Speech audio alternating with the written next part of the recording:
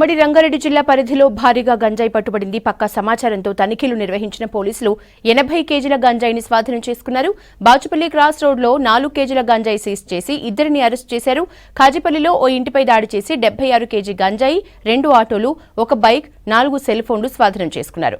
పట్టుబడిన గంజాయి విలువ 22 లక్షల వరకు ఉంటుందని తెలిపారు assistant excise superintendent Jeevan Kiran.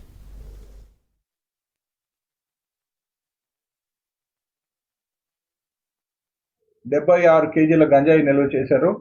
ఆ ఇంటిలో గత రాత్రి తీసుకొని వచ్చినటువంటి పాడేరుకు సంబంధించినటువంటి ఒక పూర్ణ అనేటువంటి వ్యక్తి, అదేవిధంగా ఇక్కడ అరెస్ట్ చేసినటువంటి తుకారాం వామర్ది అయినటువంటి అంకుష్ అనేటువంటి ఇంకో వ్యక్తిని మేము అదుపులో తీసుకోవడం జరిగింది.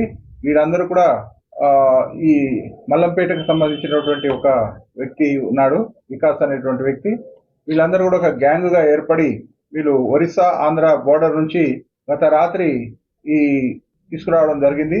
దాన్ని వివిధ కస్టమర్స్ కు వాళ్ళు సప్లై చేసేటువంటి క్రమంలో మాకు ఆ సమాచారం రావడం జరిగింది.